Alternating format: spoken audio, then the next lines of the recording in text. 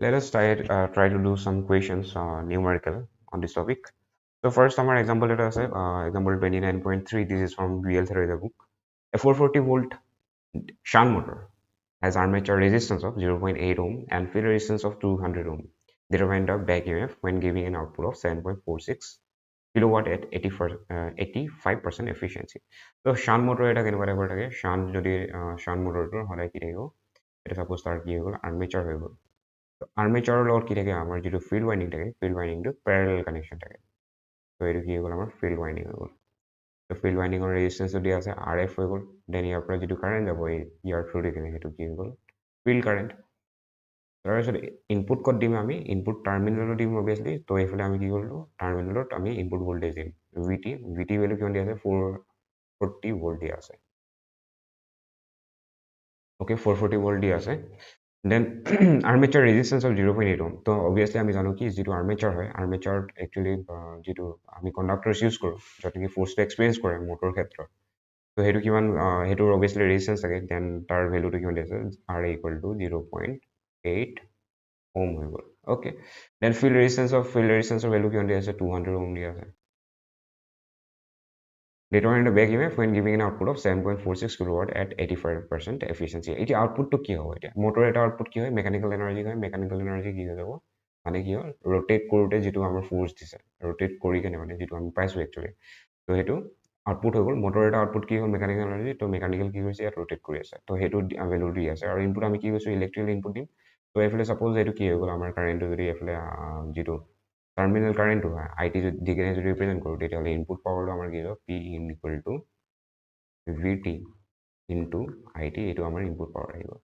then আউটপুটটো mechanical হয় আৰু আমাৰ ইয়াত কি দি আছে এফিচিয়েঞ্চি দি আছে এফিচিয়েঞ্চি ইকুৱেল টু কি কিমান দি আছে 85% দি আছে 85% মানে 0.85 ঠিক আছে এফিচিয়েঞ্চি ইকুৱেল টু কি হয় এইটো ফৰ্মুলা এইটো মনত ৰাখি লওঁ আউটপুট বাই ইনপুট হয় এফিচিয়েঞ্চি যিকোনো বস্তুৰ ক্ষেত্ৰত কি হ'ব efficiency is equal to output by input ত' আউটপুট পাৱাৰটো কিমান দি আছে আমাৰ 7.46 কিলোৱাট দি আছে তাৰপিছত আমাৰ কি লাগে ইনপুট লাগে ঠিক আছে ইনপুট পাৱাৰটো আমাৰ উলিয়াব লাগে ত' সেইটো পি ইন বুলি লিখি দিম এটা কাম কৰোঁ পি ইন বুলি লিখি দিছোঁ পি ইন ইকুৱেল টু কিমান আহিব এইটো 7.46 ডিভাইড ফ্ৰম 0.85 কিলো ৱাট এইটো আমাৰ কি হৈ গ'ল ইনপুট পাৱাৰ হৈ গ'ল ইনপুট পাৱাৰ মানে কি হৈছে ইয়াত আমি যিটো মানে ইলেক্ট্ৰিকেল এনাৰ্জি দিছোঁ ত' মানে ইলেক্ট্ৰিকেল পাৱাৰ দিছোঁ সেইটো কি হৈ গ'ল আমাৰ ইনপুট পাৱাৰ হৈ গ'ল ঠিক আছে দেন আমাৰ কি হৈছে কি উলিয়াব লাগে বেক ইমেফটো উলিয়াব লাগে ই ভি ভেলুটো উলিয়াব লাগে ই ভি ইকুৱেল টু কি হৈ যাব ই ভি ভেলুটো কেনেকৈ উলিয়াম আমি এতিয়া ত' শাণ্ট মটৰৰ ক্ষেত্ৰত ইয়াত কি কৰিম আমি যদি কে বি এল যদি ইউজ কৰোঁ ইয়াত যদি আমি কি কৰোঁ কে বি এল যদি লগাওঁ এই লুপত কে বি এল ইউজ কৰিলে মানে আমাৰ কি হৈ যাব ই ভি ইকুৱেল টু কিমান আহিব ই ভি মানে কি হৈ গ'ল ইয়াত যিটো ই এম এফ আমাৰ ডেভেলপ হৈছে ঠিক আছে ই ভি ইকুৱেল টু কিমান হৈ যাব V T minus of I A R A য'ত নেকি আই এটো কি হয় এই আৰ্মেচাৰৰ থ্ৰু দি কিনে যিটো কাৰেণ্ট ফ্ল' হৈছে সেইটো ভেলুটো হয় ত' আই এ ভেলুটো কেনেকৈ উলিয়াব আই এ ভেলুটো উলিয়াবলৈ উইদাউট আই এ ভেলুটো আমি এইটো কি কয় চল্ভ কৰিব নোৱাৰোঁ ই ভি ভেলুটো নোলাব ঠিক আছে ত' এইটোতো আমাৰ ইকুৱেশ্যন হৈ গ'ল কে বি এলৰ পৰা আহিলে এইটো ইকুৱেশ্যনটো ত' আমাৰ আই এ ভেলুটো উলিয়াব লাগে আই এ ভেলুটো উলিয়াবলৈ কি কৰিম আমি এইটো ছাপ'জ এইটো নোড এ হয় ঠিক আছে এ হয় নোড এ ছাপ'জ ধৰি লওঁ ত' নোড এত আমি কি কৰিম কে চি এল এপ্লাই কৰিম কে চি এল যদি এপ্লাই কৰা নোড এট নোড এ তেতিয়াহ'লে কি হৈ যাব আমাৰ কে চি এল মতে কি আছিলে যিমান কাৰেণ্ট হোৱাওঁ সিমান কাৰেণ্ট ওলাব ত' ইয়াত কি হৈ গ'ল আই টি কি ওলাইছে আই এফ ওলাইছে দেন আই এ ওলাইছে আৰু এণ্টাৰিং কাৰেণ্ট কি হয় টাৰ্মিনেল কাৰেণ্টটো হয় আই টি ত' ইয়াত আমাৰ কি লাগে আই এ লাগে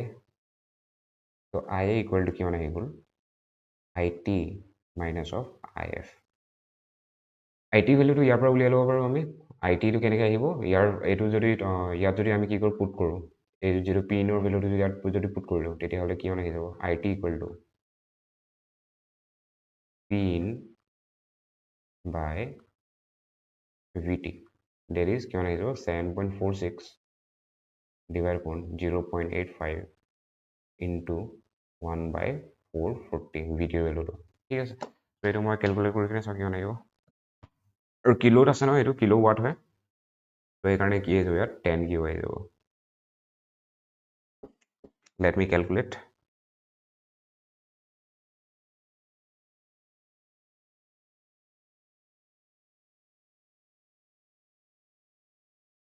7.46 into 1000 divided upon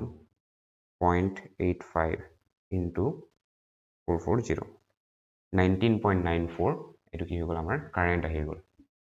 কাৰেণ্টৰ ভেলু কিমান আহি গ'ল 19.94 এম্পিয়াৰ কাৰেণ্ট আহিলে ঠিক আছে বহুত হিউজ ভেলু হয় এইটো তো কি হয় 19.94 আমাৰ কি হৈ গ'ল আমাৰ কাৰেণ্ট আহি গ'ল আই টি ভেলুটো আহি গ'ল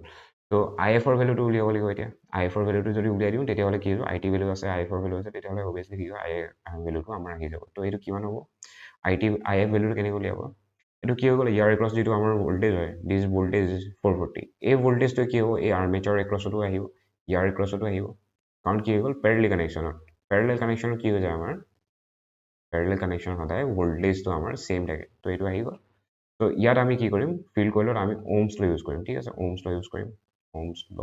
ইউজ কৰিম ইয়াতে কৰি দিম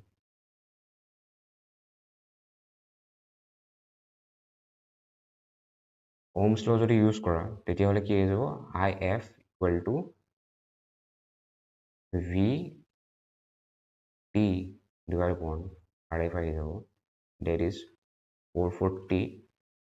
divided upon 200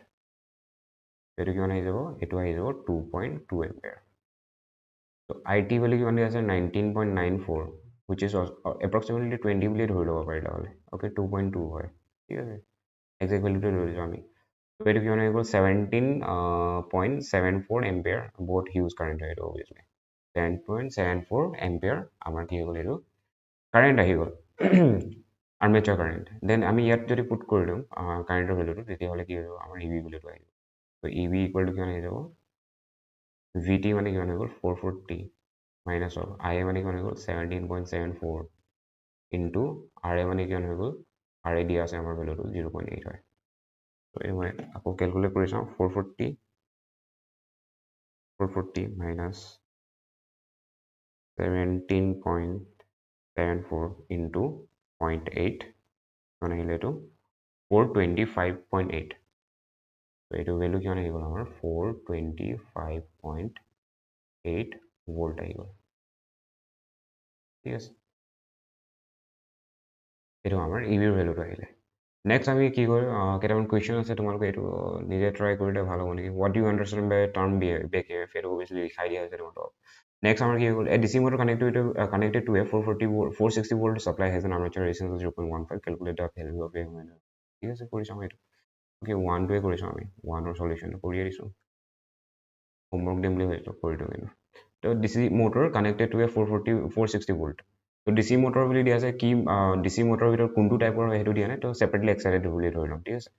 তো আমাৰ কি দিয়া আছে ডি চি মটৰ এটা দিয়া আছে ডি চি মটৰ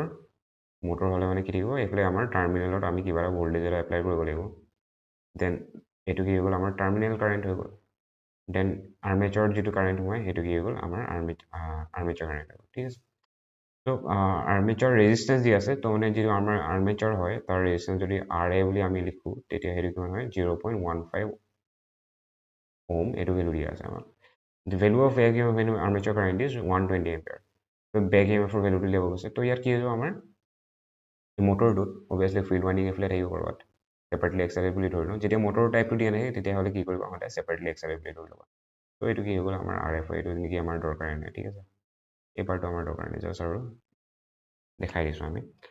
তো কি হৈ গ'ল আমাৰ আৰ এ ভেলু দিয়া আছে আই এ ভেলুটো দিয়া আছে ফাৰ্ষ্টৰ কাৰণে কি দিয়া আছে আমাৰ যিটো আৰ্মেচাৰ কাৰেণ্ট হয় তাৰ ভেলু দিয়া আছে 120 এম্পিয়াৰ তো আমি কি উলিয়াব লাগে value of back E M F উলিয়াব লাগে তো বেক ই এম এফ ইয়াত যদি কি কৰা কে ভি এল যদি ইউজ কৰা কে ভি এল ইউজ কৰিলে মানে কি হ'ব ইয়াত যদি কে ভি এল যদি ইউজ কৰা তেতিয়াহ'লে কি পাবা ই ভিটোতো ইয়াতে হ'ব ঠিক আছে E V equal to V minus of V T বা ভি লিখিব পাৰা minus of I A R A হ'ব ভি টি ভেলুটো কিমান দিয়া আছে আমাৰ 460 ভোল্ট দিয়া আছে 460 minus of I A value কিমান দিয়া আছে আই এ ভেলু দিয়া আছে 120 ইনটু আৰ এ ভেলু কিমান দিয়া আছে 0.15 ওম কিমান আহি যাব এইটো 460 মাইনাছ 120 ইনটু 0.15 কিমান আহিলে এইটো 442 442 ভোল্ট আহি গ'ল নেক্সট দি আছে value of armature current when the back EMF is okay IA ভেলুটো উলিয়াব গৈছে তো ইয়াত IA ভেলু উলিয়াব গৈছে যেতিয়া নেকি কি কৰিছে আমাৰ বেক EMF ৰ ভেলুটো দিয়া আছে EB ভেলু দিয়া আছে 447.4 ভোল্ট দিয়া আছে তো অবভিয়াছলি এইটো ফৰ্মুলা আমি ইউজ কৰিম ঠিক আছে EB equal to VT minus of IRA তো ইয়াৰ পৰা কি আহি যাব আমাৰ IA ভেলুটো কি আহি যাব IA ইকুৱেল টু আহি যাব VT minus of EV divide আপন RA আহিব তো VT কিমান দিয়া আছে 447.4 volt minus of EB okay এইটো EB ভেলু হয় ন অ'কে আমি কি কৰিব লাগিছিলে VT ভেলু দিব লাগিছিলে okay let us erase this okay তো VT ভেলুটো আমাৰ কিমান হয় VT ভেলু দিয়া আছে 460 হয় 460 মাইনাছ অফ 447.4 ডিভাইড আপন RA ভেলুটো কিমান হয় 0.15 হয় 0.15 তো এতিয়া এইটো কৰিলে মানে 460 মাইনাছ অফ 447.4 divided by 0.15